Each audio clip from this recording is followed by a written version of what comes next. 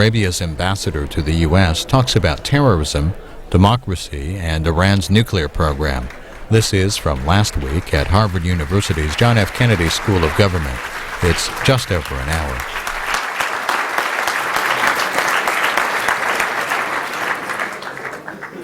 Good evening. I'm Graham Allison, the director of the Belfer Center here at the Kennedy School, and it's my great honor to welcome you here tonight. We are very pleased to have such a distinguished guest, but we also are very happy to have an almost equally unusual event, a MIT professor who's come down to Harvard not only to be with us, but to serve as the introducer and as the moderator of the discussion. I only want to remind people that this is a normal Kennedy School Forum event. After the ambassador's comments, there'll be an opportunity for people to make questions. But we have in the forum, by tradition, only one speech an evening, and the speech is being given by our guests. So anybody who's come to speak on some other subject, they've come the wrong night and to the wrong place, and they will not have an opportunity to do so. They're welcome to ask any question on any topic that they're interested in, as long as it's brief. So thank you very much, John.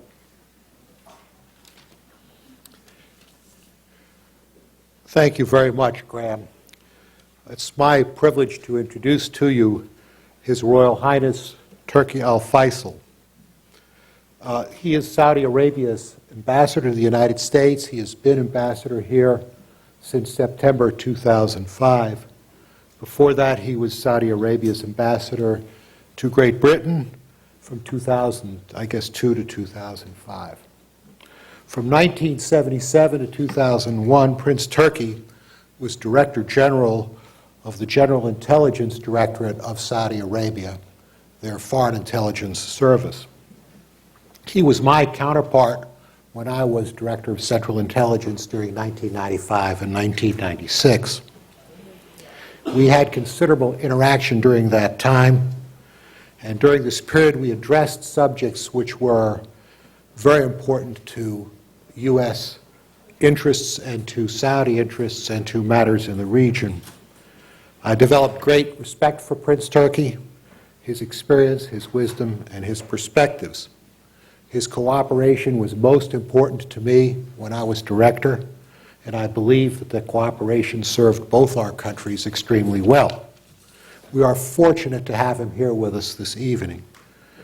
Prince Turki has an unusual perspective since he is a person who was educated in the United States. He's a graduate of Georgetown University. I'll point out the same class as President Bill Clinton. We rarely have the opportunity to hear somebody here in Cambridge who is a statesman in the Arab world, who knows it well, and who understands the United States well as he does. So we have an opportunity tonight to hear a very unusual person speak about very important matters, and I hope you enjoy it as much as I do. Thank you very much. His Royal Highness Prince Turki. Thank you. Thank you very much. Thank you. بسم الله الرحمن الرحيم والصلاة والسلام على أفضل المرسلين سيدنا محمد وعلى آله وصحبه أجمعين. Mr. Allison, ladies and gentlemen, thank you for inviting me to speak before you today. My distinction derives from being invited to talk at the Kennedy School of Government. I would like to thank my good friend, Dr. John Deutsch, for inviting me here as well. While he is often described as a man with a background in intelligence, I would also describe him as a man of intelligence and of great integrity. Thank you, Dr. Deutsch. I'll have more to say about you tomorrow in MIT. You'll have to come and listen.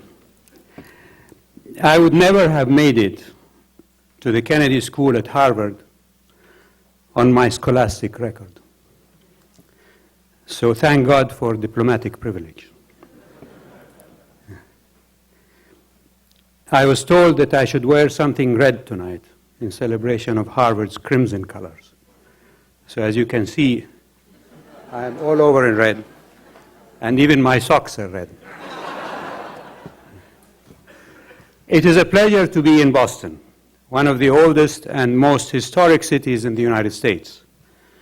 And it is an honor for me to be here at the Kennedy School. In September 1962, a revolution backed by President Jamal Abdel Nasser of Egypt erupted in the Yemen. A military socialist regime replaced the traditionalist monarchy, and President Kennedy contemplated recognizing the new regime because American officials believed that the Yemeni monarch had been killed in the revolution. The late King Faisal was in New York at the time, attending the United Nations session, and President Kennedy invited him to Washington to tell him of his decision to recognize the new regime. Over lunch at the White House, the king convinced the president to defer any precipitous action until the dust settles. The president, however, insisted, and the king said, "We shall see what we shall see." The very next day, the supposedly dead monarch appeared at the Saudi border, alive and well. President Kennedy delayed recognition of the Republican regime and entered an agreement with King Faisal to provide assistance to Saudi Arabia should Nasser threaten the kingdom. That meeting in Washington successfully built on the groundwork laid by King Abdulaziz and President Roosevelt in 1945 between the United States and Saudi Arabia in the Cold War period and beyond. The meeting between King Abdullah and President Bush in April of last year has further cemented our relationship, giving it strategic momentum that is taking us well into the 21st century. Our countries have had a long and mutually successful partnership for more than 60 years. This relationship has weathered many storms and continues to grow and deepen as we work together to meet the many challenges facing the world today. I would like to address one of the most important of these challenges, the threat of terrorism.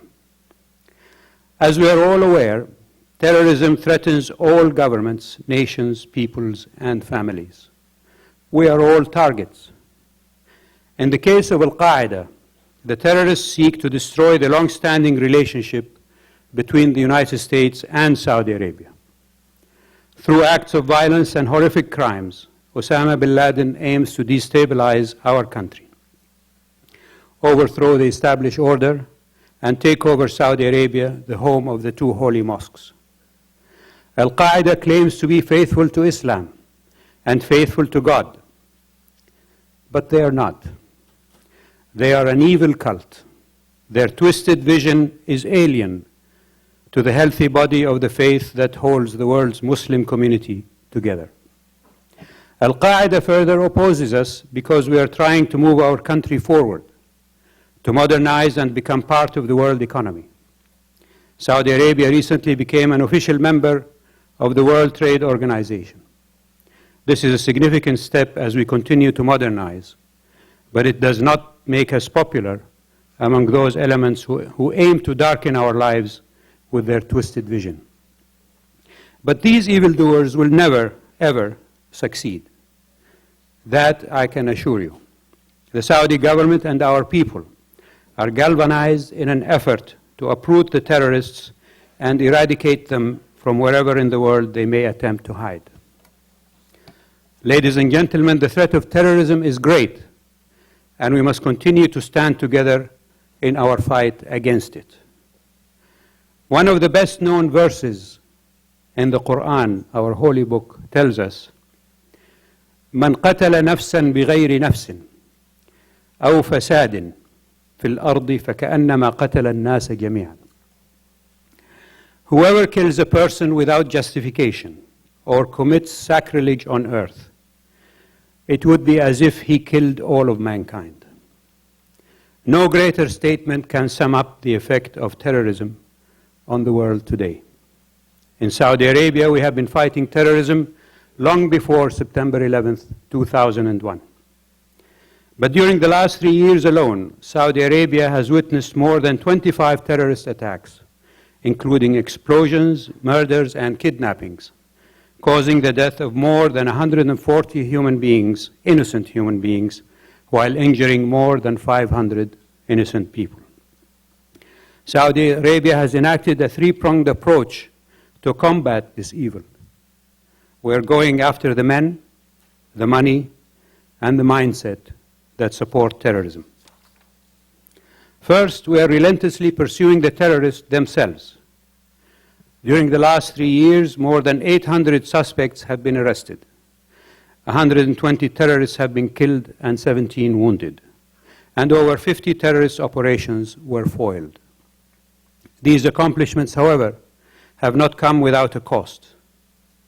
More than 90 Saudi security officers have been killed, and over 200 have been wounded in the line of duty.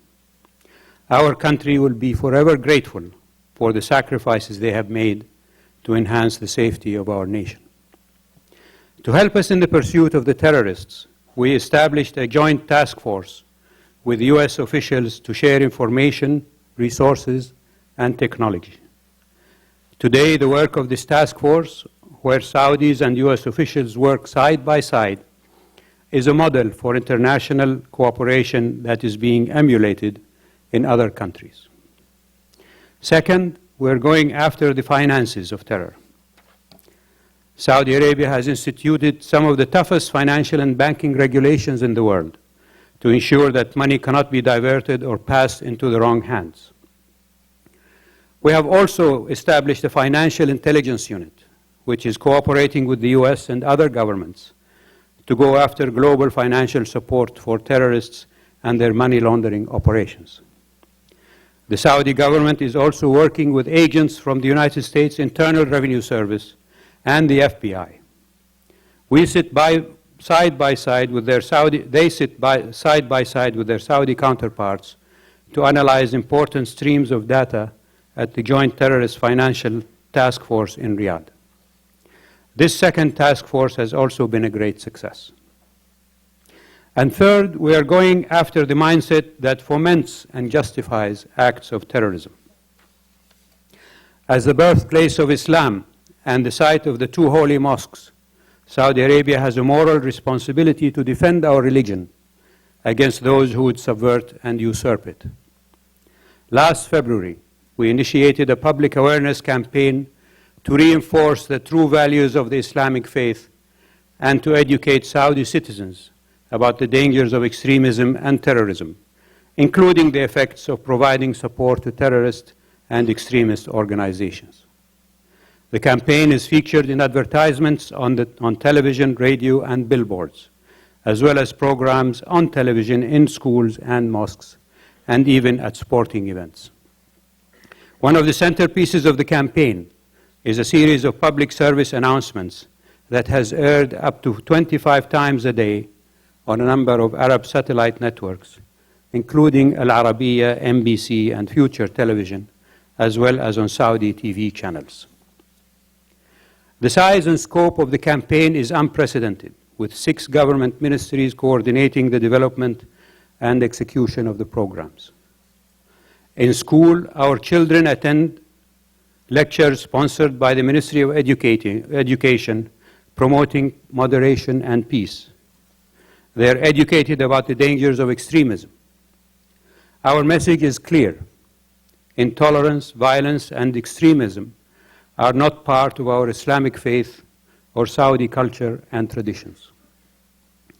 I know that in Boston, the first public school in the U.S., Boston Latin Grammar School, was founded in 1635, and the first college in the U.S., here at Harvard, founded in 1636.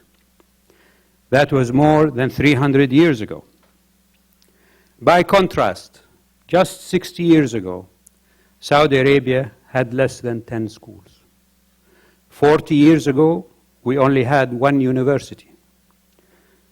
Now, however, the kingdom has 11 universities, some 25,000 schools, and a large number of college and technical institutions that our system provides every Saudi with free education, books, and health services. We have come very far in a short time. But despite the speed of our progress, we know that we must continue to improve and modernize our education system. To achieve that goal, we undertook a strategic plan that is making changes through the removal of intolerant material from textbooks, the introduction of new texts and teaching methods, and the retraining of educators. This program is consistent with the need to prepare our citizens for life and work in a modern global economy, as well as the necessity to prevent our children from being influenced by extremism and intolerance. Saudi Arabia, ladies and gentlemen, will not allow Islam to be perverted or twisted to condone criminal acts that are unjustifiable. King Abdullah has affirmed we must put our Islamic house in order. That is why last December, leaders and heads of state from 57 Arab and Islamic nations came together in Mecca, in Saudi Arabia, to answer a call by King Abdullah at the third extraordinary summit of the Organization of the Islamic Conference to address the future of the Islamic community. An open and honest dialogue ensued, and real steps to reform were agreed upon, covering the areas of intellectual thought, politics, and the economy and society. The Islamic community is ensuring the integrity of its faith through strategic planning intended to safeguard the interests of the Muslim world against extremist threats. The conference concluded with the approval of a 10-year strategic plan of reforms, which are marked by moderation, modernization, and tolerance. A year ago, the Kingdom also hosted an international counter-terrorism conference in Riyadh, which brought together some 60 nations, including the US. They worked together to draft common and practical recommendations to fight terrorism and its causes. The conference also expressed approval for King Abdullah's initiative to create an international terrorism center to act as a hub for counter-terrorism data. The sharing and exchanging of information is necessary to deter and prevent terrorist acts and to stay ahead of our mutual enemy at all times. The international community must come together to a far greater extent. Where a global community and our neighbors' peace, stability, and prosperity is as important as our own. Thus, in the Middle East, we must work together to create stability and foster peace where instability and violence serve to exacerbate the terrorist threat. We must find a solution to the Israeli-Palestinian dispute. Until the Palestinians are finally given justice and their own homeland, where they can live in peace, this situation will remain not just a tragedy, but it will also provide terrorists with an excuse for their horrific actions. We must also work to ensure that the Iraqi people achieve stability and security. Saudi Arabia remains fully committed to this effort. The Kingdom has convened meetings among Iraqi factions to help them reach an agreement on a common future in which Iraq's unity and territorial integrity are preserved, and in which all Iraqis are treated justly. The steps Saudi Arabia has taken also include efforts to seal our border with Iraq. It is a vast expanse of desert to cross, and we have spent billions of dollars to ensure our borders are secure with new fencing, barbed wire, and motion detectors. Also, thermal imaging systems that can see miles into the desert. Ladies and gentlemen, the war on terrorism has a great impact on the average Saudi citizen. First, there are the many changes to our daily lives and routines, such as the roadblocks and checkpoints set up in many of our cities. Barbed wire and blockades now spoil public areas, and machine gun nests are placed near government buildings, residential compounds, hotels, and high-traffic areas. The Kingdom is in a constant state of alert. But in addition to these daily sacrifices, Saudis must face something deeper. Our national character has been marred in the eyes of the world. As a result of the actions of a few deranged criminals, Saudi Arabia, its people and culture have been called into question. As a result, there exists much misunderstanding about Saudi society and culture. Many myths have emerged in recent years that are misleading about how we live and who we are. One myth is that we export a brand of extremism known as Wahhabism. The West largely misunderstands what Wahhabism is. The term refers to the reformist views of the 18th century Arabian scholar Sheikh Muhammad bin Abdul Wahhab, one of my grandfathers. He did not advocate the killing of the innocent or condone acts of suicide. Individuals like Osama bin Laden may claim their origins in Wahhabism, but their faith is perverted, just like David Koresh or Jim Jones perverted Christianity to justify their evil acts. Are the Saudi people conservative? Yes. Are we traditional? Yes. Are we extremists? Absolutely not. Another myth concerns the falsehoods that were disseminated about the flights that carried some Saudis after 9/11, when American airports and airspace were closed. This myth was at best a figment of the imagination, and at worst an attempt to incriminate. The 9/11 Commission found that no planes departed before American airspace was opened up, that these flights were properly cleared, and that, between quotation marks, they concluded that none of the passengers were connected to the 9/11 attacks, and have since found no evidence to change that conclusion. Yet another myth is that the Saudi government funded acts of terrorism. Again, the 9/11 Commission report stated, and I quote, "We have found no evidence that the Saudi government as an institution or senior Saudi officials individually funded Al-Qaeda." Such myths reinforce misunderstanding, hasten judgment, and cause rifts between people. Terrorism and extremism occur in every faith, every culture, nation. No one is immune. We must remain aware of this fact. And if we succeed in eradicating the terrorist groups of today, of which Al-Qaeda is merely one, we need to ensure that we also make it so that there simply is no place for a terrorist threat in the future. Our cultures, ladies and gentlemen, must be united in our reaction to such savagery. We should have one other goal as well. Long after the threat of terrorism is gone, and God willing it will be gone someday, our nations will still be in this world together.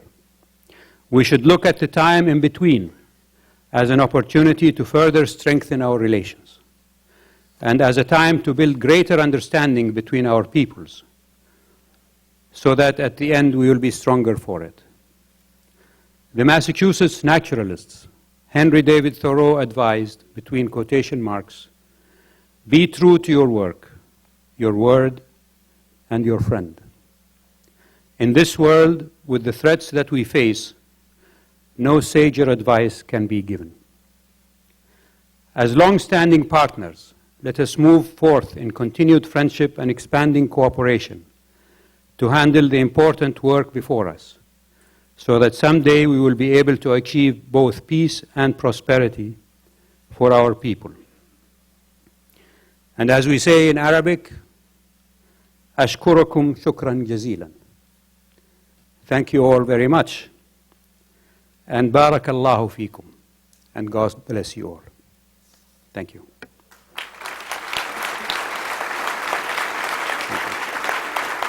Thank you, sir. Thank you, sir. You'll take some questions? Yes.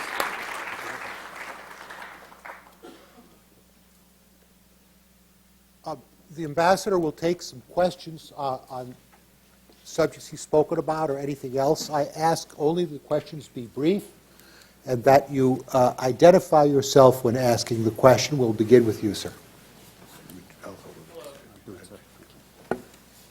Hi. My name Hi. is Raul Prabhakar, and I'm a student at the college. And you spoke about this in your speech, that many Americans have a negative impression of Saudi Arabia, from 15 of the 19 hijackers on 9/11 being Saudis, to what we hear of Saudi telethons funding families of suicide bombers, to what we hear of Wahhabi schools. And you spoke about uniting our cultures, but we live in a free society, and your people do not. Is this a distortion by the American media, these myths perpetuated in your words, or is it a reflection of a society that doesn't share our values? Thank you. Before I answer you, I'll relate a story about media. When I was ambassador in London, before coming here, the British press really took us to task in Saudi Arabia, continuously. And the first couple of months or so, they were extremely vehement against Saudi Arabia. So my government sent me a cablegram and said, "What are you doing about this? Get off your backside and do something." So I waited for another couple of months to see what the reaction is in the British press, and they continued to attack the kingdom. And then I sent a cable back to my government saying, it's true that the British press is very negative about Saudi Arabia, but you should see how they treat their own government and their own royal family. And I can say the same thing about the American press. Saudi Arabia is not a prison state, if that is the impression that you have. We are a developing country. We came from a long history of division and tribal warfare that disunited us for many years. In 1932, we came together under the leadership of the late King Abdulaziz to establish a state and central government that would hopefully provide services and things like, as I mentioned, free education, free health services, and free books to the people of Saudi Arabia.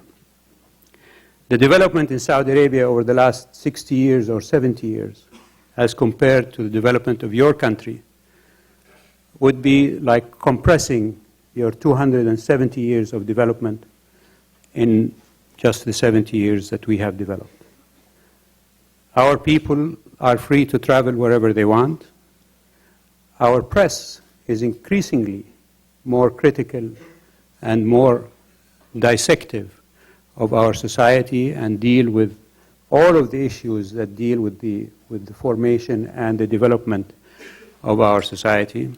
We have espoused a reform program initiated by the late King Fahd in the year 2003 that is made up of 6 points of reform. The first one is the definition of our Islamic practice, of our religion, our ethos. As the Prophet Muhammad, peace be upon him, defined Muslims when he was asked, "Who are you Muslims?" He said, "We are people of the middle." And that injunction has been put at the forefront of our religious message in this reform program, whether it is in the mosques, in the schools, universities, or any other public spaces, and the media including. The second reform issue that the King proposed was the widening of the political participation in Saudi Arabia. And the first step in that long road we took just last February and March, which was elections for municipal councils. And in the next term of elections, there will be elections for regional councils. And after that, elections for the consultative assembly, which would be something like your parliament or your Congress. And the third point that he stressed in his reform program was that women in Saudi Arabia should have an equal role to play in the development of Saudi Arabia as men. And already all of the job opportunities and educational opportunities, and on that basis I can tell you, as it is here true in the United States, more women graduate today from our universities than men do. And they far outclass their men colleagues in their scholastic aptitudes. And Most recently, women have been elected to the Chambers of Commerce and the Engineers Association and the Journalists Association. And in the next round of municipal elections and other elections, universal suffrage will be the practice, not the exception. And on that aspect, I would remind you that it took your country nearly 200 years to achieve universal suffrage. So it's taking us a much shorter time to do that. Also, the fourth point that the King stressed in his reform program was a reform of our educational system. Textbooks have been revised, skills and job acquisition knowledge has been amplified and strengthened in our colleges and universities so that our graduating scholars and students will find jobs easily and can be employed, not just in the kingdom, but wherever they want to be. They can compete in the world market. The fifth point that the King stressed was the need to invigorate our economic well-being in the kingdom. And in the last 2.5 years, the kingdom is going through a boom, not just because oil prices have gone up, but more importantly, because Saudis see opportunities of investment in the kingdom that give them better returns than they would if they invest their money outside. And the sixth point that the King stressed was the streamlining of the government and to make it more efficient and more capable of undertaking these reforms. So ministries have been combined together, other ministries have been eliminated, and generally the productivity of individual workers in government has improved over the last 2.5 years. This is just a brief outline of the program of the reform that the King initiated in 2003 and in which we are following through. Thank you. Please. Mr. Ambassador, I'm Shane Christensen, a student here at the Kennedy School, and wanted to ask you if Saudi Arabia has a concern about a possible resurgence of Shia extremism in the region, given developments in Iran and also the creation of a Shia-led government on your border. We're concerned about any extremism, Shia, Sunnah, or any other. The majority of the people of Iraq are Shia. If they choose a Shia government, that is up to them. We have worked very hard with our Iraqi brethren to try to encourage them to think of themselves more as Iraqis rather than as Shia or Sunnah or Kurd or Turkmen or whatever are the subdivisions of the Iraqi society are. We succeeded in getting a conference held in Cairo last November where all representatives of the Iraqi political and social groups got together and for the first time since the toppling of Saddam Hussein and managed to agree on common grounds for not just the elections that took place last January, but also hopefully for another meeting of those groups at the end of this month or next month in Baghdad. So our efforts are for the Iraqi people to be the decision makers in their fate. Yes, please. My name is Parsa Sajid, and I'm a second-year student here at the Kennedy School, and I am originally from Bangladesh. And I wanted to ask you to comment on the recent controversy on the cartoons and whether you think the heads of states in the Arab and the Muslim world could do something to diffuse the tension rather than fueling it.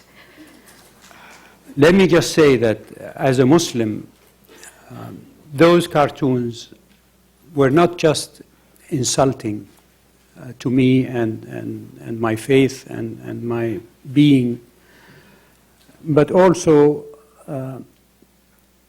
absolutely unacceptable. And for the life of me, I don't see how the depiction of our Prophet, peace be upon him, as a terrorist or as a provider of so-called virgins to suicide bombers has anything to do with free speech. You're the experts on free speech.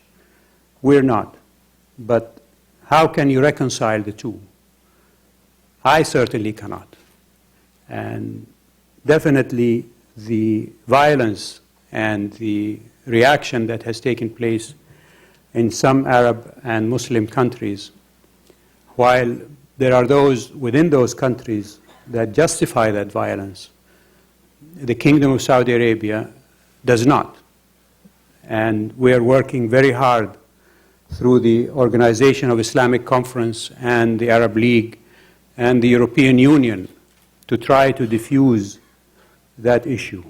Javier Solana, the representative of the European Union, just a couple of days ago, I think, was in Jeddah meeting with the OIC Secretary General and the Arab League Secretary General to try to devise a way to put forward something that will allay the passions of these people.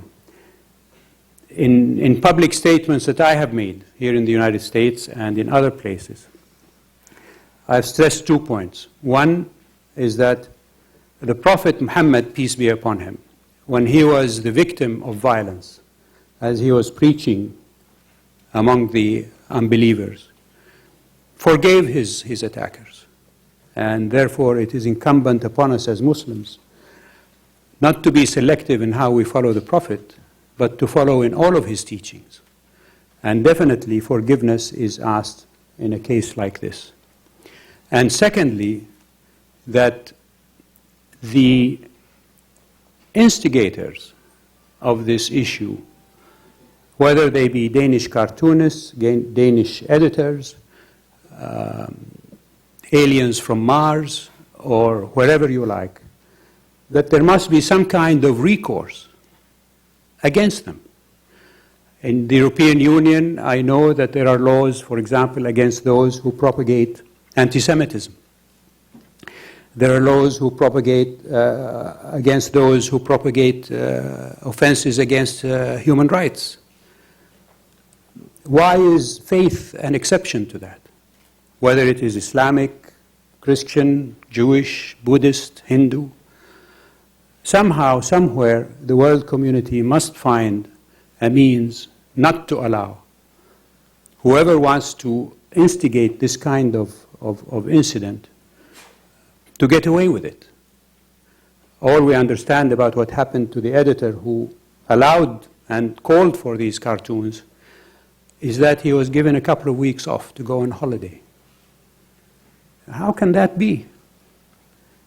It is something that is, I think, should be considered seriously by the world community. And I know that in the consultations that are taking place in Saudi Arabia today between the EU, the OIC, and the Arab League, as well as I know the contacts between my government and the Danish government, are seeking to find ways to bring forward reason instead of passion. Good evening, Mr. Ambassador. My name is Sebastian Abbott. I'm a student here at the Kennedy School. My question actually relates to the first question that was asked and your comments about elections in Saudi Arabia. One of the Bush administration's principal tenets in combating terrorism is democracy promotion. Do you feel that the development of democracy in Saudi Arabia and elsewhere in the Middle East is a necessary precondition to ultimately combating extremism in the region? I think we must look upon combating extremism in a global way, not simply selecting one or two tools for that.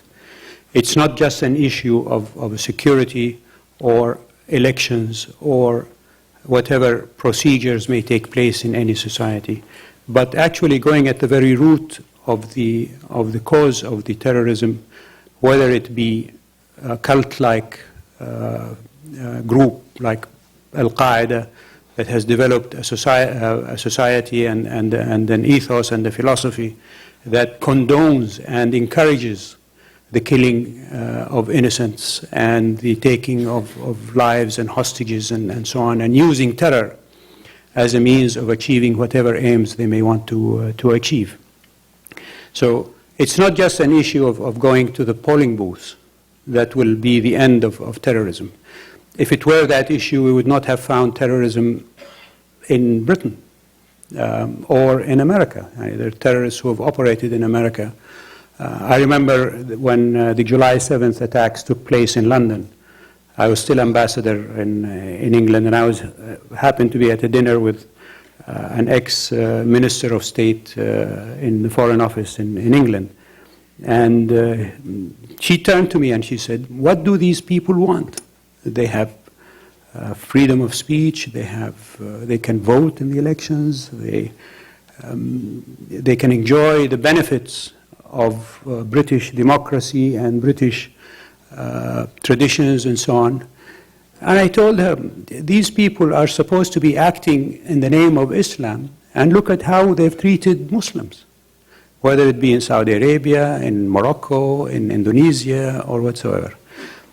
These people have allowed themselves to adopt a philosophy that gives them license to kill innocent children and destroy property and at their whim, without anybody or any recourse. It's as if they have a direct email line to heaven, where they get permission from there to do these things. That's what they claim. So it has to be a global issue: economic well-being, education, wider political participation, resolving political disputes like Palestine and Iraq and Kashmir and Chechnya and you name it, that are used as excuses by these people to recruit people and to inflame the passions and the rage and anger of young people and send them to kill themselves. That's what it has to be. Please. Good evening. I'm a second-year student here at the Kennedy School, and thank you for your remarks. When and how should the United States leave Iraq? That's not for me to answer. The only person who can, or the only people who can do that are the Iraqi people. And I think through the political process that has taken place, as I told you, the meeting in Cairo last November, the communique that followed that meeting called for the withdrawal of foreign troops from Iraq, but it didn't set a timetable. Nor do I expect that Iraqi leaders will set a timetable now. But it is when they feel that they can afford to do that that they will then ask you to leave. Yes, please. Hi, I'm wondering whether, I'm Tina, student at the college. I'm wondering whether you feel that Saudi Arabia's oil wealth has helped to promote long-term economic development, or has it essentially been a resource curse, highly segmenting the economy and being maybe too easy a source of government revenue? What can I say? First of all, let me say that we're very fortunate to have in our lands a resource that we can sell on the world market to bring us money to develop ourselves. The Arabian Peninsula, historically, its major export has been its population, because it could never sustain the existence of large human settlements, because there are no rivers, no sources to sustain agriculture and other means of survival in that harsh and very difficult geography and climate. For the first time in the history of nearly 10,000 years, the Arabian Peninsula actually attracts people to come in rather than driving them out. And that is because of the oil income. And it is not just Saudi Arabia, but the other Gulf states. Now, it is how you use that oil income. In the kingdom, we've managed to spend the large majority of it on development issues. The last 2 years, with the added income that we've had because of the rise in oil prices, a portion of it went to pay our national debt. The large majority of it went to increase our spending on projects to improve the standard of living, whether it be education, as I was mentioning, or health services, or transportation, or industry, or whatever. Today in Saudi Arabia, we have the fastest growing economy in the Middle East. We have the largest economy in the Middle East. The stock market in Saudi Arabia today, I think, is either 10th or 11th in terms of its value in the world. And so some people may consider that a curse. I look upon it as a blessing. I am a product of Saudi Arabian oil income. Saudi students around you here, I'm sure there are some, are a product of that oil income. If we didn't have that income, there would not be that availability of resources to come to Harvard or to go to other places. Thank you. Hi, my name is Charles Osigano. I'm from the business school. Just wanted to hear your thoughts on some of the root causes of terrorism in Saudi Arabia. One might be, for example, unemployment, high rates of unemployment among men in their 20s. What are the specific measures that the government is taking to tackle that problem? Unemployment, through all of our studies of terrorists, particularly in Saudi Arabia, has never been a source for their turn to terrorism. Most of the so-called terrorists that have been either captured or that have been dealt with, if you look back in their history, they were either employed at one time or another, or still going to school at one time or another, or generally having sources of income that allow them to live a comfortable life. The main source of terrorism in our country is the perverted interpretation of Islam, that using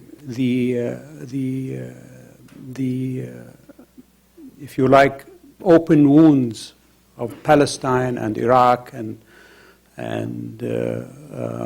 Kashmir and Chechnya and you name it, wherever there is a problem, the extension from that is that you have to come to us, join us in the fight against the infidels, and if you die, you will go to heaven.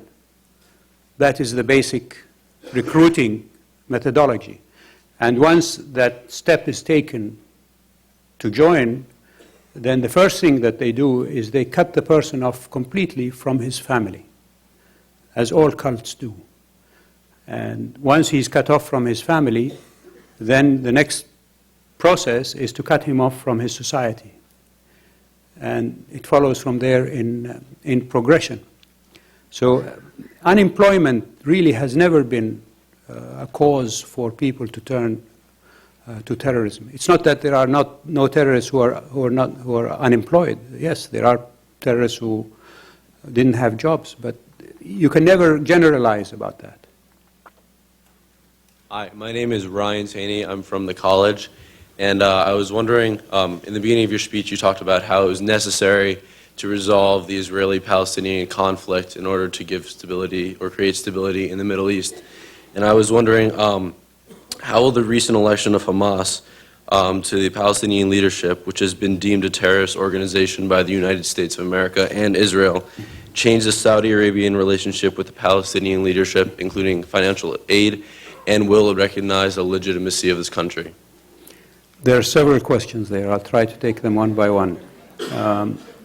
Let's say the issue of Saudi carrying forward support for the Palestinians and so on. King Abdullah was visiting Pakistan when the results of the Hamas election victory came, and both he and President Musharraf issued a joint statement after the visit in which both of them called for the following things. One is that people must accept the results of the elections. There is no two ways about it. The Palestinian people chose Hamas to be their political leaders.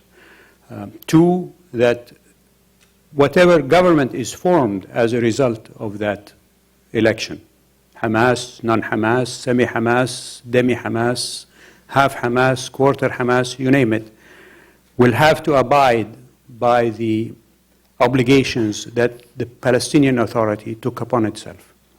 First among them being the Oslo agreements, because that is what gives the PA its raison d'etre and its legitimacy and its recognition in the world community as a representative of the Palestinian people.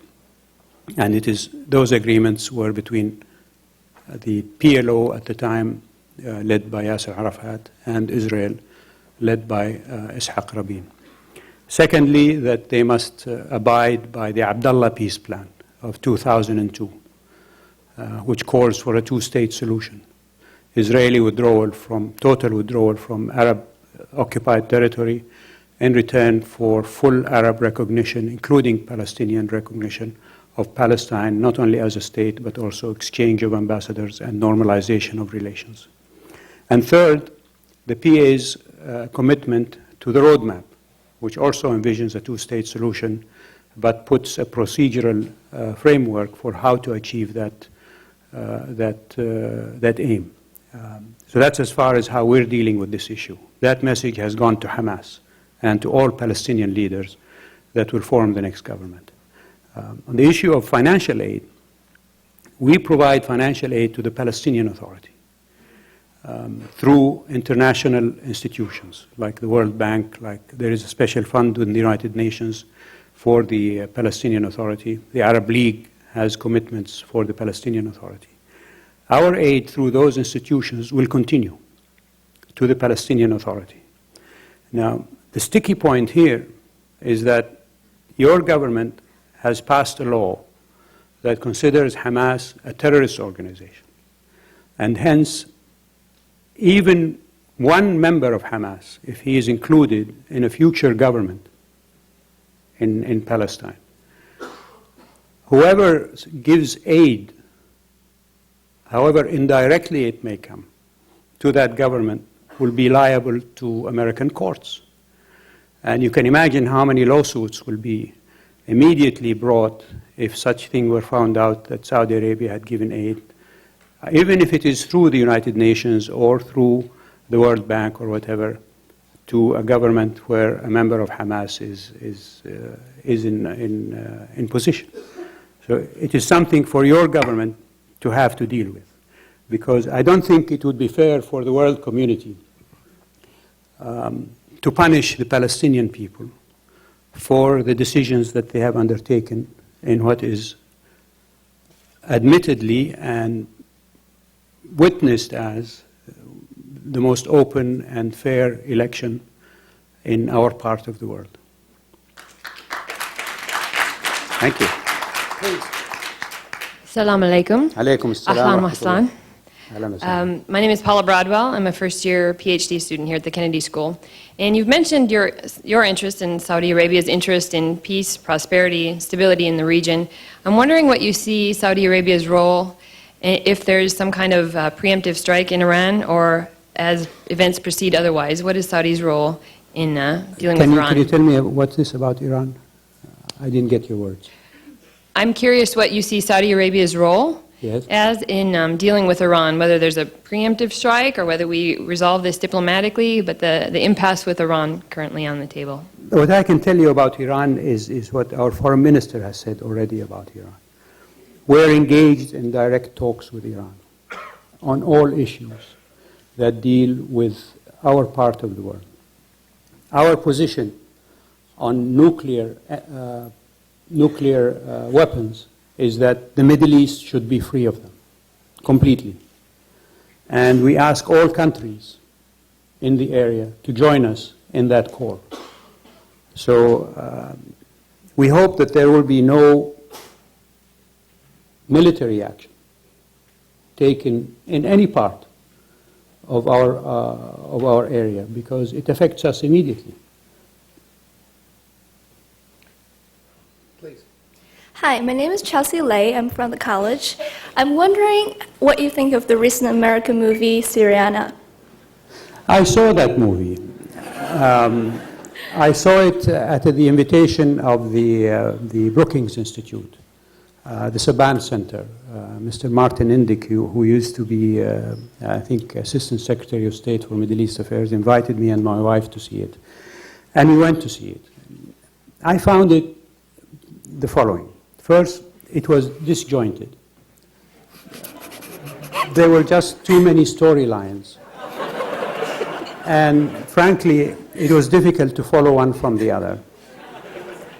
The other thing that I found about it is that it was completely a propaganda piece, not just against the oil companies. Some here may support that kind of propaganda, but against our part of the world. It was as if within that framework of oil-producing countries in the Arabian Peninsula, there was only one person who was responsible for his people or thought about their welfare and cared for their safety and security. And in the end, he gets killed by whom? By the United States government. So it just didn't make sense to me. And it showed a great deal of ignorance about our part of the world. There is a great deal of social, economic, and political fervor in the Arabian Peninsula today. And everybody is, from the top down and from the bottom up, is engaged in moving forward with our societies, whether it is in political reform, economic reform, social reform, or whatever. And that didn't come about at all in Syriana. And how I imagine South Asian worker who was depicted as turning to being a terrorist because he lives in this terrible hut or whatever, there was no convincing reasoning behind his turning to terrorism. That's what I think of Syriana. Thank you. Yes. Assalamu alaikum. Alaikum assalam rahmatullah. My name is Amina. I'm a student at the Harvard School of Public Health. And I was actually born in Saudi Arabia. I'm Indian, but I wasn't given Saudi citizenship. And I led a very idyllic, secure life in Saudi Arabia, yet I could not help but notice that there was minimal interaction between the foreigners and the Saudis. So I was wondering if you could comment on Saudi government's initiatives to improve integration between foreigners and Saudis, and possibly, and also what initiatives they're taking to make the foreigners feel like they're more like citizens in Saudi Arabia.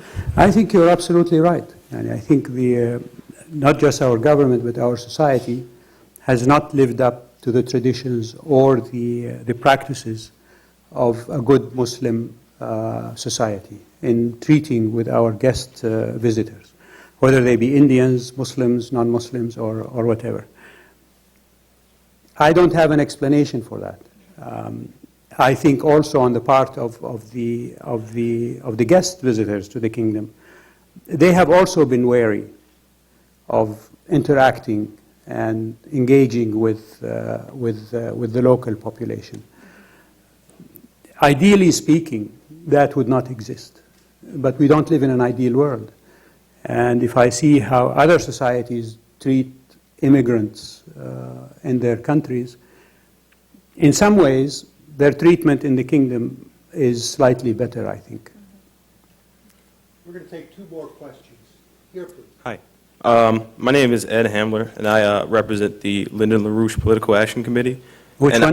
Lyndon LaRouche Political Action Committee. I was wondering about, as the young lady brought up, the issue of Iran. Given that the financial system is somewhat unstable and the dollar is somewhat unstable, I was wondering that where would Saudi Arabia stand in terms of talks with the United States on this? I know you addressed the talks with Iran that you're having, but I was wondering about the talks with the United States, because I don't think we have an interest if that's going to collapse the dollar more, if the price of oil goes up, and so forth with that kind of thing. And since a lot of the intelligence to get into the other war was cooked and things like this, I just wanted to know what kind of talks that you're having with the U.S., you know, maybe an impeachment of Cheney or something like that. Change about in Iran, you mean, or in Saudi Arabia? No, the kind of talks you're having with the United States government, and I was saying maybe an impeachment of the vice president would be in order.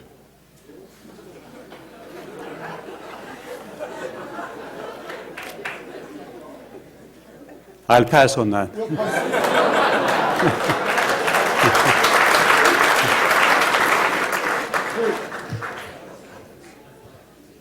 My name is Deborah Decker. I'm a mid-career student here. And I know Professor Allison won't let me ask two questions, so I'm going to make a statement and then ask you to reply. I had the pleasure of... You have my permission to ask 3 questions. Oh, I had the pleasure of visiting your country several years ago and interviewing King Abdullah, then Crown Prince. And I want to, first of all, thank you for your wonderful hospitality of everyone I met there. They were just lovely. That's the good news. Let's keep it at that.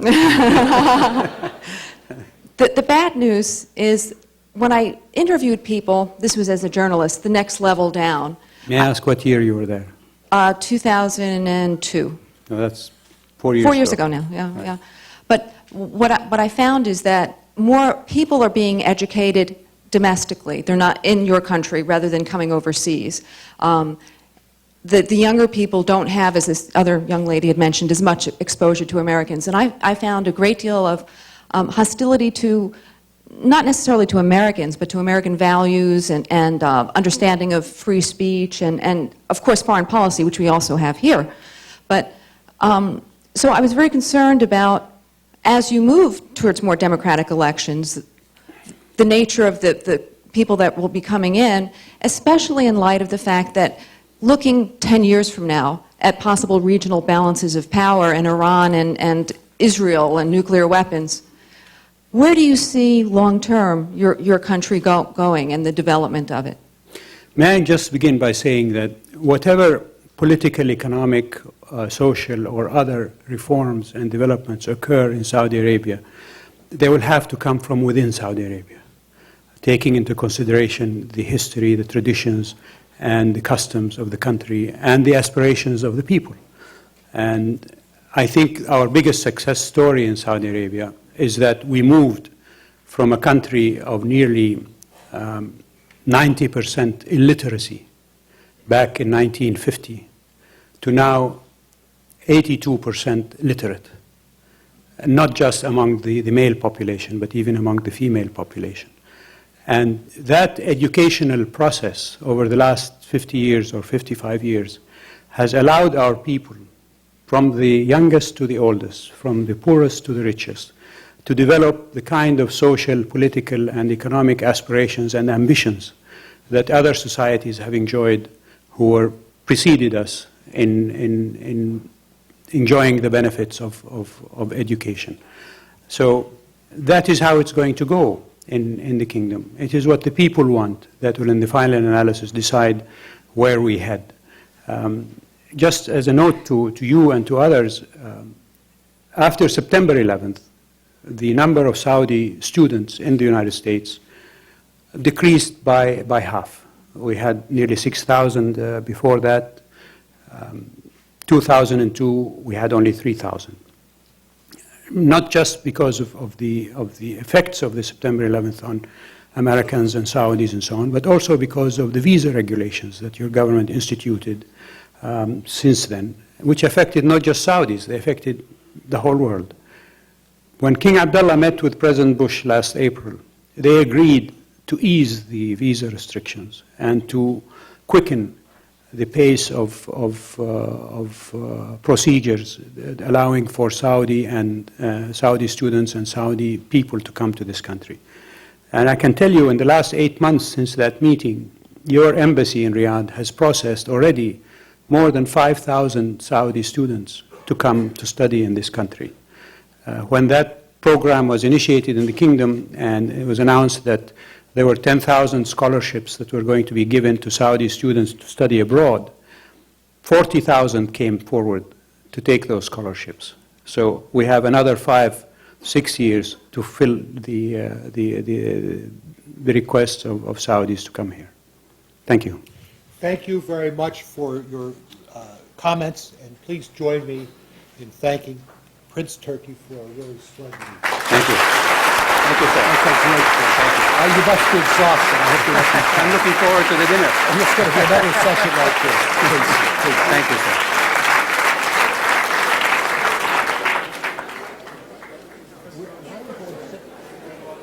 Oh, yeah. We'll go this way. Is this the way?